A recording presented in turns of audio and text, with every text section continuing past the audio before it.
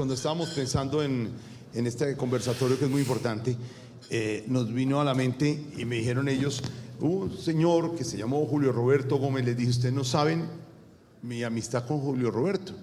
Cuando yo como periodista económico comencé haciendo reportería, también, no comenzando la televisión, un poquito después, pero Julio Roberto además hincha del mejor equipo de Colombia, primer campeón, el Independiente Santa Fe. Él en la oficina, y en la 30 y pico, tenía ahí atrás eso. Hay otros equipos que traen unos jugadores que van a jugar y nunca juegan. No, eso no me importa. Era hincha de Santa Fe. Grande Julio. Y Julio Roberto nos recibía muy bien, una gran fuente nuestra información. Un señor que nos enseñó y nos daba unos conversatorios muy importantes sobre eso, hablando,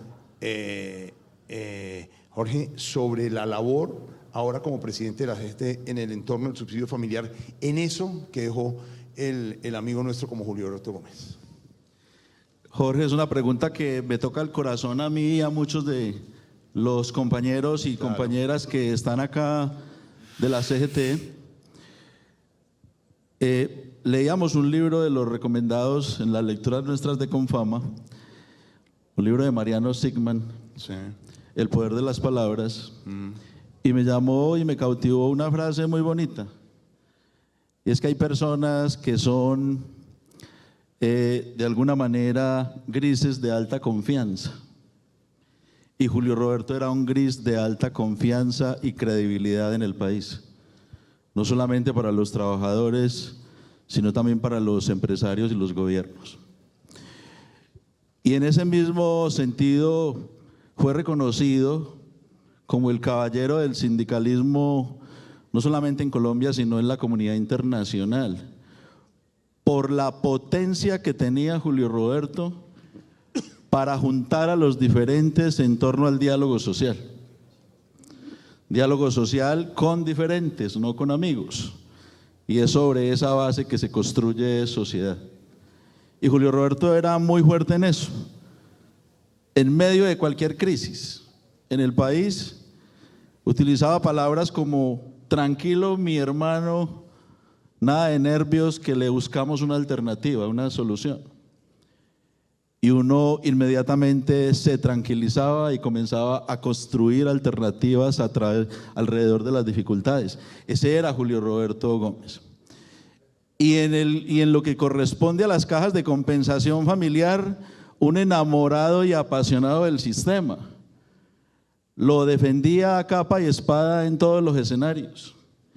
Hacía lobby parlamentario, iba al Congreso, se reunía con los gremios, con los empresarios, se reunía con los trabajadores y siempre bajo la perspectiva de, venga, el sistema de compensación familiar, las cajas de compensación familiar, tenemos que defenderla no solo desde el discurso, sino también desde las acciones. Y creo que en ese sentido Julio Roberto nos enseñó muchísimo a todos los que de una u otra manera estuvimos alrededor de él, nos tocó nuestras vidas de una manera muy significativa, y hoy pues los que heredamos ese legado todos aquí,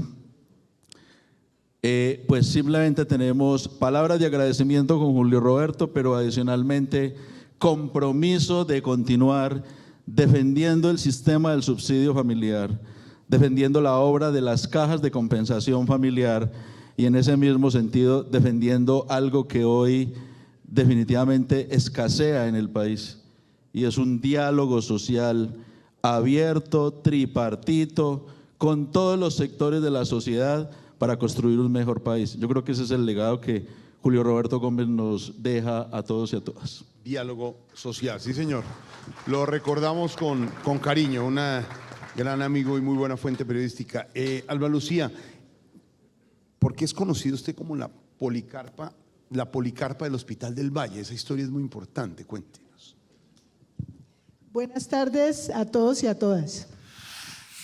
Pues el darme ese sobrenombre o apodo de la Policarpa del Hospital Universitario del Valle es un honor que me hacen la mayoría de los servidores públicos de la institución por mi labor incansable en la defensa de los derechos de los trabajadores frente a la agresión o el desconocimiento de los derechos por parte de las administraciones de la época.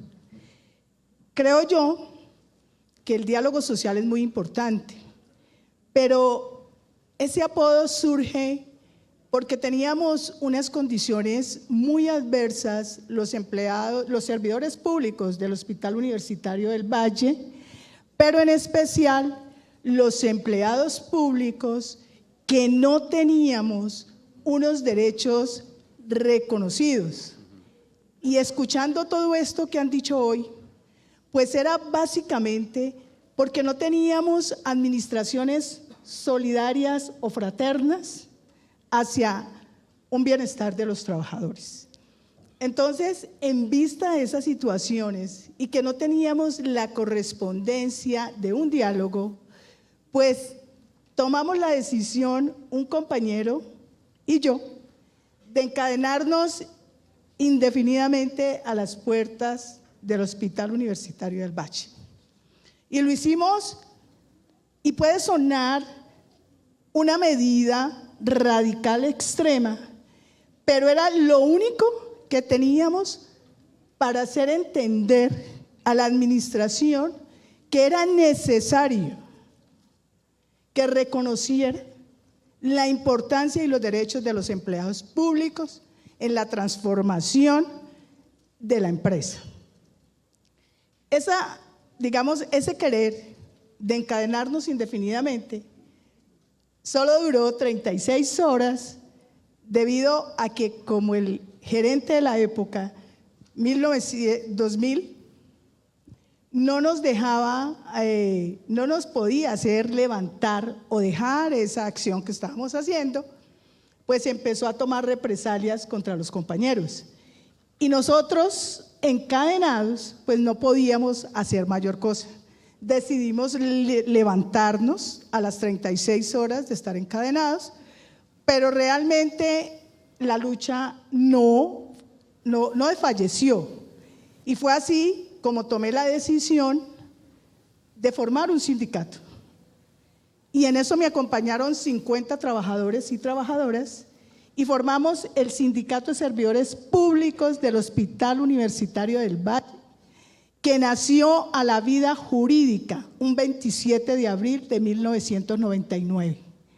Pero formar el sindicato no era suficiente, porque siguieron las agresiones de la administración. Entonces decidimos, bueno, ¿qué vamos a hacer aquí? Entonces, amparados en la legislación internacional de la OIT, en el convenio 151, era una locura presentar un pliego de peticiones, porque decían es que los empleados públicos no pueden presentar pliego de peticiones, y yo les decía, ¿cómo que no? Si los tratados internacionales son debidamente ratificados, prevalecen en la legislación nacional. Y fue así como nos aventuramos, presentamos un pliego de peticiones y con el concurso de la Central Unitaria de Trabajadores CUT, el ministro de la época, que era Angelino Garzón, y una administración que llegó más incluyente, más garantistas de los derechos laborales, pudimos tener que ese acuerdo, que ese pliego de peticiones se convirtiera en un acuerdo colectivo que contenía unos mínimos derechos para los trabajadores y sobre todo para los empleados públicos, pero que era histórico en Colombia. Y lo puedo decir, que ese acuerdo que nosotros firmamos en el Hospital Universitario del Valle fue la inspiración para que posteriormente se emitiera, como 12 años después, el decreto 160 que permitió la negociación a los empleados públicos del país. Esa es la historia. La historia, ahí está. Es historia referente y protagonista. Por eso el Policarpa.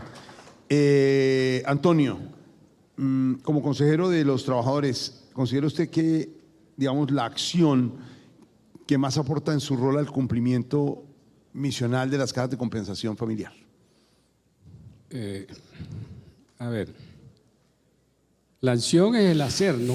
Hay unas normas establecidas que les toca a los consejeros cumplir, desde luego, pero independientemente de eso, como estamos en un escenario bipartito, empleadores y trabajadores, yo creo que la experiencia que uno ha vivido al interior de la caja, primero, bajo algunos criterios, es la participación. Yo creo que el consejero debe participar en todas las iniciativas que presenta, ya sea la dirección o cualquier otro consejero, y hacerlo primero con identidad. Estamos representando al sector de los trabajadores en estos consejos. No perder la identidad. No perderla. Dos, segundo, ser coherente entre el discurso y el accionar en los consejos directivos. Y tercero, desde luego, tener el conocimiento. Y para tener el conocimiento no estamos hablando de que tienen que hacer diplomados o maestrías, en fin, no. Yo creo que es un trabajo conjunto que hay que realizar, desde luego, además la inducción que hace generalmente la administración, pero tiene que hacerse un trabajo conjunto donde juega un papel importante, por lo menos Asocaja, que ha tenido una apertura democrática desde el doctor Cobo, hay que decirlo. Ya no es esa Asocaja únicamente que se refleja en los empresarios. Yo creo que hoy en eso se ha avanzado en la caja de compensación. Y la superintendencia del subsidio. Nosotros encontramos unas limitaciones para la capacitación de los consejeros, que si la superintendencia no es la que lo ordena, no se puede ir a ningún, diríamos, escenario de capacitación.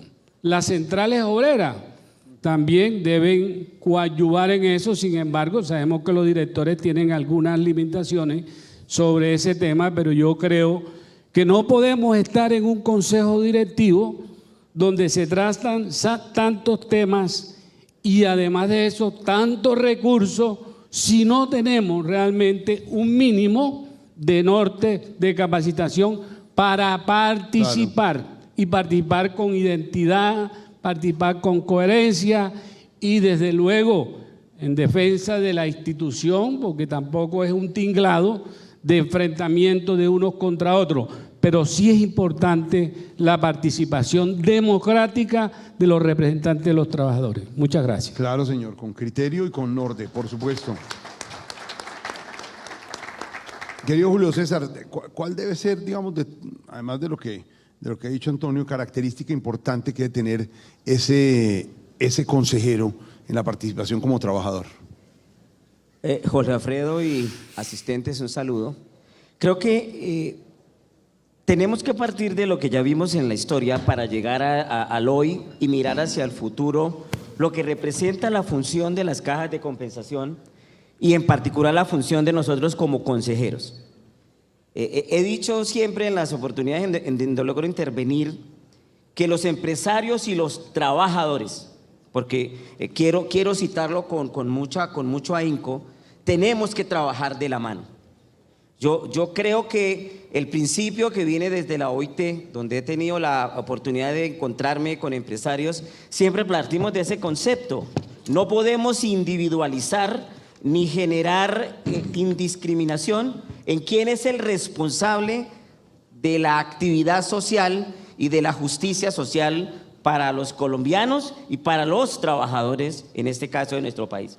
El consejero tiene que actuar de manera coherente, primero con la parte normativa, pero además con esa necesidad de suplir las necesidades que el mismo sistema desde su construcción definió, y es atender en el esquema de la compensación lo que le hace falta al trabajador para una vida digna, que no es solo el tema salarial que obviamente los empresarios y los trabajadores discutimos todos los años, es cómo articulamos a través de un punto común que se llaman las cajas de compensación, en el cual de manera equitativa estamos los empresarios y los trabajadores representados por los consejeros, poder aportar ideas para construir de manera conjunta ese progreso social y esa vida digna para los trabajadores. Hay un compromiso, hay una responsabilidad, pero sobre todo el trabajo por la justicia social como un eje central para que las cajas en 70 y 100 y 200 años más adelante podamos seguir diciendo que son el pilar estructural para que el Estado, a través de estas dos figuras, siga dándole a la sociedad el beneficio y el surgimiento y el resarcimiento de esa deuda que tenemos con la comunidad. Una pregunta para los cuatro, y como tenemos corto el tiempo para que la vamos concretando. Un desafío para las cajas de compensación en este mundo que va a toda velocidad, ¿cuál podría ser? Comienzo con Álvaro Lucía, un desafío para las cajas de compensación. Yo creo que un desafío para las cajas de compensación es, como alguien lo mencionó, y creo que es apuntarle a la integralidad del sistema, Sí. y a fortalecer las cajas para que en el futuro y por muchos años esas cajas de compensación sigan siendo como ese eje fundamental donde se encuentran el trabajador y el empleador, el trabajador ayudando al empleador a fortalecer su forma o a fortalecer su riqueza, y el empresario a retribuir esa riqueza a los trabajadores a través de las cajas de compensación. Sí. Y ese desafío debe ser que tengamos cajas unidas a nivel nacional, donde podamos los que pertenecemos a las cajas portar un carnet único, donde yo pueda ir a Cafán, donde los de Cafán puedan ir a Confenalco Valle, y que eso sí hablaría de una integralidad del sistema. Desafío de integralidad, Julio. Un desafío para las cajas de compensación. Bueno, yo creo que el principal desafío como tal es sostener el sistema. Sabemos que no ha sido una ni dos veces el intento desde cualquiera de las orillas de desnaturalizar lo que hoy representa el subsidio familiar para los trabajadores y de alguna manera reconocer en los empleadores el esfuerzo que hacen para sostenerlo. Entonces, ¿cuál es el reto? Seguir entendiendo todos de manera conjunta, empresarios y trabajadores, que el beneficio es para la gente y que no puede desaparecer una figura que hoy es importante a nivel internacional, porque sabemos que reconocen que el sistema en Colombia es un ejemplo, pero debemos evitar que desaparezca porque sabemos que hay esa intención. Debemos mantener la unidad y el trabajo en equipo para que los beneficiarios, que son nuestras familias, sigan teniendo una vida digna. Creo que ese es el principal reto, mantener esa unidad y trabajar en equipo. Van de desafío los dos de la mano, cada uno en su enfoque, en hacer la unidad y mucho más trabajándolo como eso. Antonio, ¿qué dice desafío para las cajas de compensación? Bueno, en sí mismo los consejos directivos son una escuela. Realmente compartí con distinguidos representantes de los gremios de la producción, como Fenalco, Andi y todas estas cosas. Sí. Nosotros hemos tenido algunas preocupaciones, desde luego, como inquietud, es la caja, por ejemplo, con Fenalco, su fuerte es la educación en sus diferentes niveles, básica, primaria, bachillerato y educación superior. En el ejercicio de planeación me llamó la atención que llegaron algunos conocedores del tema de planeación, es el tema qué tipo de estudiantes estamos formando. ¿Qué trabajadores afiliados a la caja estamos también tratando de que sean ciudadanos integrales? La preocupación es el desorden social, independientemente del problema del hambre, el problema de pobreza, el problema de empleo. Nosotros encontramos unas ciudades, y particularmente Cartagena, con un desorden social tremendo en materia vial, en materia de medio ambiente, en materia de convivencia ciudadana. ¿Cómo hacemos de las cajas un articulador para darle a la sociedad y a las comunidades un ciudadano diferente?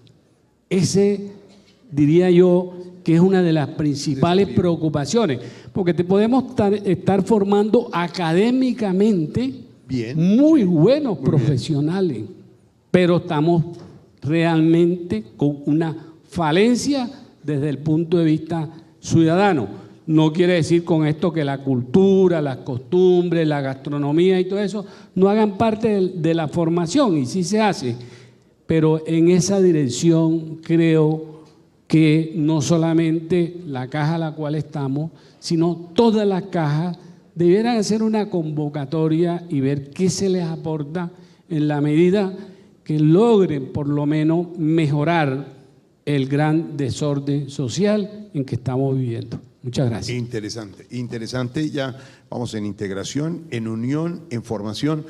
Jorge diría, como desafío para las cajas de compensación. Jorge Alfredo, definitivamente en momentos políticos tan polarizados, creo que uno de los mayores desafíos y retos de las cajas de compensación es no dejarse polarizar por la ideología y la política. Es mantenernos firmes en el papel y en el propósito superior que nos corresponde para seguir llevando este sistema de compensación familiar a todo el país, que de una u otra forma lo hacemos. Hay una discusión profunda en la que se plantea que es que nosotros solamente le llevamos los beneficios de las cajas a los afiliados. Y en ese marco, pues, beneficiamos entre afiliados y beneficiarios medio país, 23 millones Una cantidad de personas, una cantidad importante. muy importante. Pero no es solamente cierto eso, nosotros de alguna manera impactamos en sectores de la sociedad y dinamizamos sectores de la economía, incluso así no estén afiliados. Cabe recordar simplemente que en los programas de vivienda que realizamos en las cajas de compensación, contratamos con empresas de la construcción y allá también estamos llevando desarrollo a través de las cajas de compensación. Generando empleo. Estamos generando empleo, desarrollo económico, y ese desarrollo económico se derrama en todos los sectores de la economía. Entonces, eso que nos plantean en la discusión, que nosotros no solamente beneficiamos a los afiliados, no es cierto, en primer lugar. Y en segundo aspecto, creo que es fundamental que nosotros tengamos muy en cuenta la necesidad de fortalecer los gobiernos corporativos de las cajas de compensación familiar. Si fortalecemos los gobiernos corporativos, si mantenemos muy bien la línea entre lo que es la administración de la caja en la responsabilidad de los administradores y el papel nuestro como miembros del consejo directivo en la responsabilidad estratégica de la organización, si mantenemos eso muy bien establecido, estamos garantizando que la caja de compensación es sana y puede seguir en adelante. Entonces, uno de los mayores retos internos de las cajas de compensación es que avancemos en el fortalecimiento de los gobiernos corporativos para garantizar eso. Y un último mensaje. En la discusión de llevar las cajas a sectores agrarios y sectores de la población que hoy necesitan mucho de los servicios, uno tendría que decir como miembro de un consejo directivo, y estoy completamente seguro que las administraciones de las cajas están de acuerdo, es que estamos listos para llevar esos servicios. Pero también hay que plantearlo desde el nivel de operadores. Somos muy buenos operadores, somos muy buenos ejecutores, pero el gobierno, cualquiera que sea el gobierno, pues entonces hay que enviarle también un mensaje: es ¿dónde están los recursos para financiar esos programas? Nosotros los operamos y garantizamos que esos programas lleguen a la totalidad de la población colombiana, porque además es un sistema que está arreglado. Entonces tenemos unos recursos para la niñez, tenemos unos recursos para los subsidios al desempleo, tenemos unos recursos para la educación, y como decimos nosotros, son recursos marcados en donde nosotros no nos podemos salir de ahí, de esa reglamentación, y si nos salimos pues estamos inmersos en un tema de investigación con los entes de control. Y yo creo que en ese sentido lo que hay que plantearle a la institucionalidad del país en la política pública es: no nos pueden obligar a hacer lo imposible, porque el sistema está reglado. Si quieren que hagamos lo posible, lo que todos queremos, que es llevar todos esos servicios a la totalidad de la población colombiana, estamos preparados y estamos listos porque somos grandes ejecutores, grandes operadores. Hay que cambiar Pero de lado. entonces, denos los recursos y nosotros se los ejecutamos. Bueno, fíjese, integración, unión. A ver si resumo bien. Integración, unión, capacitación y financiación, ejecución. ¿Estamos? ¿Sí? Bien resumido. Claro, para financiar no tenía como...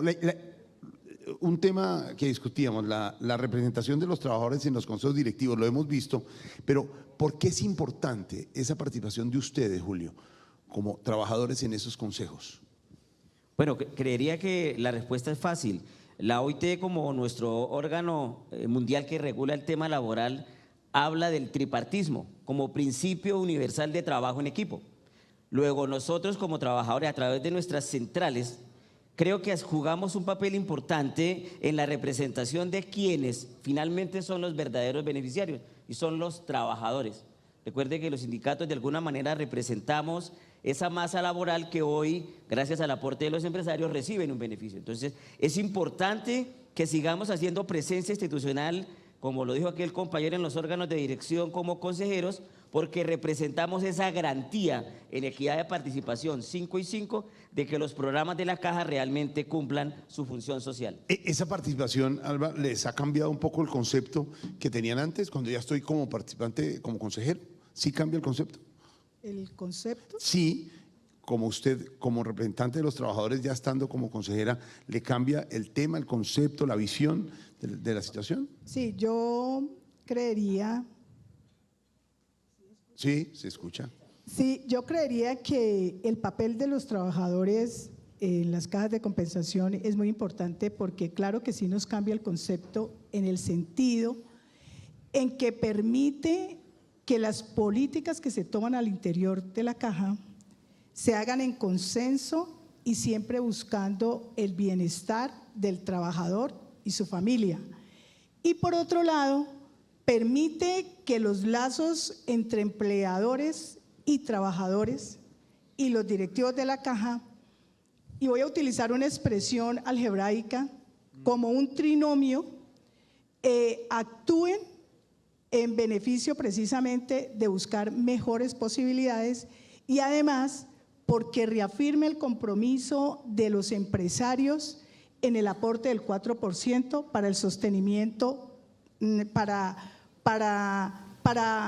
digamos, destinarlos a las cajas, pero con un fin, y es siempre buscando el beneficio del trabajador y sus familias, porque en últimas ese compromiso de los empresarios con el sistema del subsidio familiar es un reconocimiento a los trabajadores que con su labor permiten el crecimiento o la generación de su riqueza. ¿Cuál sería, Antonio, frente a eso que dice Alba, el momento más gratificante como consejero, en experiencias que haya tenido? Bueno, en el tiempo realmente hemos tenido momentos, diríamos, gratificantes, interesantes, la oportunidad de uno relacionarse, por ejemplo, con empresarios de la época, como Teófilo Barbur, que fue uno de los creadores de la Caja.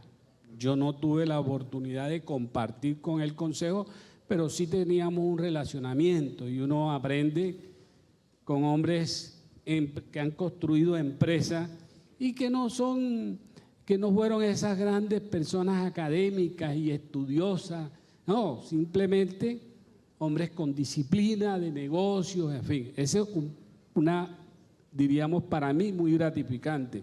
La creación de una institución universitaria, por ahí en el año 84, más o menos, y hoy es una institución que se creó, fuimos partícipes, 144 estudiantes, hoy tiene 9,000 y pico estudiantes, una institución, diríamos, de Claro. muy acogida Buen alcance. en la ciudad de Cartagena, y el debate también, tenemos que decirlo, porque como son organismos con dos visiones, la del empresario, que es legítima, y la de los trabajadores. Por eso debemos incidir en las decisiones de los consejos directivos. Una trascendental, por ejemplo, se discutía en ese tiempo la venta de un activo de un supermercado a dos cadenas que competían, pero una no era afiliada a la caja, la otra será afiliada y todavía se mantiene. Nosotros íbamos muy coordinados, diríamos, habíamos dado la discusión y un representante de los empresarios hizo coalición, por llamarlo de esa forma, y votó positivamente a la decisión de los trabajadores. Bueno. ¿Qué quiere decir esto? Que estos son instituciones bipartitas, democráticas, donde prevalece mucho la razón, el planteamiento y el manejo de los temas, porque, como hemos dicho, si el consejero no participa o se reduce a una mínima expresión, seguramente yo creo que el consejero de los trabajadores le imprime esa dinámica que lo da el desarrollo, la propuesta, la discusión y el debate. Eso enriquece la decisión. Jorge, ¿cuál sería la lección como consejero que ha aprendido usted en la vida? Aspectos maravillosos que nos han llevado a cambiar vidas. Yo siempre he manifestado que Confama, por ejemplo, en su consejo directivo y su administración, construye sueños y transforma vidas. La clínica panamericana en Urabá, una clínica de alta complejidad. Estamos salvando vidas en el Urabá antioqueño. Personas que primero tenían que venirse de Urabá a Medellín y hoy son atendidas con los mejores estándares de calidad en la zona. Cuando tomamos la decisión de adquirir CESDE, una modalidad de tecnología para empresarios y trabajadores, la tomamos chiquitica con 10.000 estudiantes y hoy tiene más de 80.000 estudiantes, transformando a través de la educación. Ni qué decir de nuestros parques, y yo creo que eso es una invitación para todas las cajas de compensación. Hoy, los parques nuestros no son parques únicamente de recreación y de ocio, le estamos incluyendo aspectos de la vida, de lo humano muy importantes, que es fundamentalmente salud mental, técnicas de relajación, yoga, bienestar a través de hábitos de alimentación saludables. Eso estamos haciendo en los parques, no únicamente que los chicos y las familias vayan a las piscinas, sino también meterle bienestar, que es fundamental. Es decir, nosotros lo que decimos es recreación, pero con propósito. Con propósito, claro. Con propósito. Y yo creo que en ese sentido hemos avanzado mucho. Pero hay una cosa que me impacta positivamente y es la forma en que en el consejo directivo, y sé que sucede en la gran mayoría de cajas de compensación, conversamos y dialogamos. Hay un ejercicio de diálogo social bipartito entre empresarios y entre trabajadores, solamente en la perspectiva de construir un mejor sistema, un mejor modelo y de llevar muchos más servicios a los colombianos. Qué bueno escucharlos, aprenderles, oír lo que están haciendo. 30 segundos finales para cada uno. Comienzo con usted, Alba Lucía, nuestra querida Policarpa del Hospital del Valle, con la reflexión, es que me dijeron que era así, yo la tengo que tratar así. Una reflexión de los últimos 30 segundos para lo que es este Congreso y las cajas de compensación y lo que se está haciendo por los trabajadores en Colombia. Primero que todo quiero agradecer a Socajas por construir estos espacios, a la doctora Guillem y a sus colaboradores, porque creo que estos espacios deben continuar. Y deben continuar porque precisamente en estos espacios construimos la permanencia del subsidio familiar y el futuro de las cajas de compensación. Y por otro lado, la reflexión que me parece a mí, la reflexión que aprendí, es la más que siempre resalto, es ese lazo que se construye en los consejos entre los empresarios y los trabajadores. Yo nunca pensé que eso fuera posible, y en la caja de compensación, con el liderazgo de nuestros directivos, porque quiero, y que no suene a propaganda, pero sí quiero resaltar que nuestra caja de compensación con Fenalco Valle de la Gente, ese lazo se construye y se fortalece día a día. Gracias. Muy bien, Alma Lucía. Reflexión, 30 segundos, Antonio.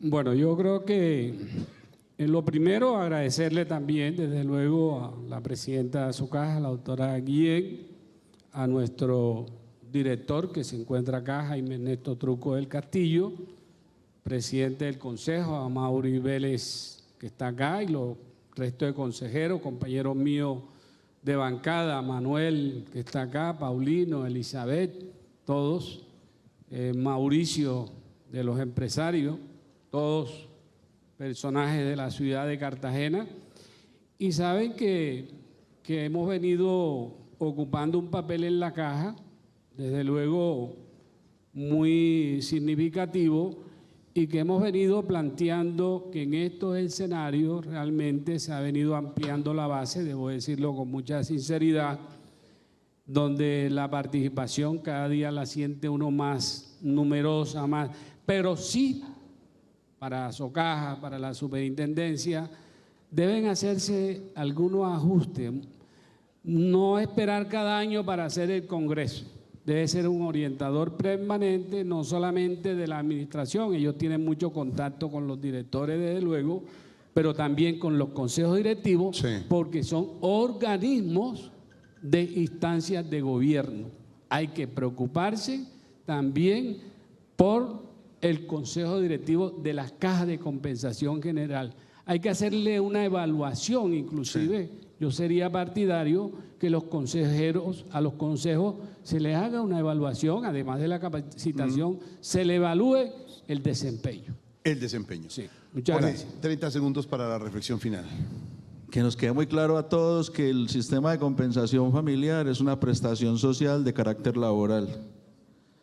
No perdamos de vista eso. Y de ahí parte todo lo que tenemos que hacer en este país para proteger estas cajas de compensación familiar como fuentes de desarrollo.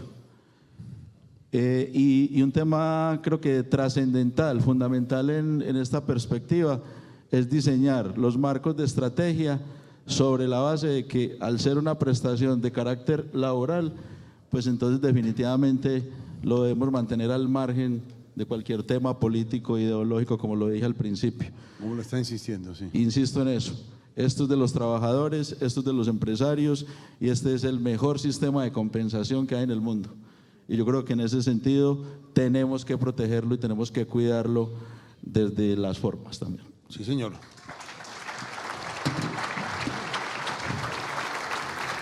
Julio, 30 segundos al final. Reflexión. Bueno, como conclusión concreta, primero, estos espacios nos permiten la interacción para poder compartir ideas y construir, seguir construyendo este sistema que ya lo hemos dicho, es para los trabajadores.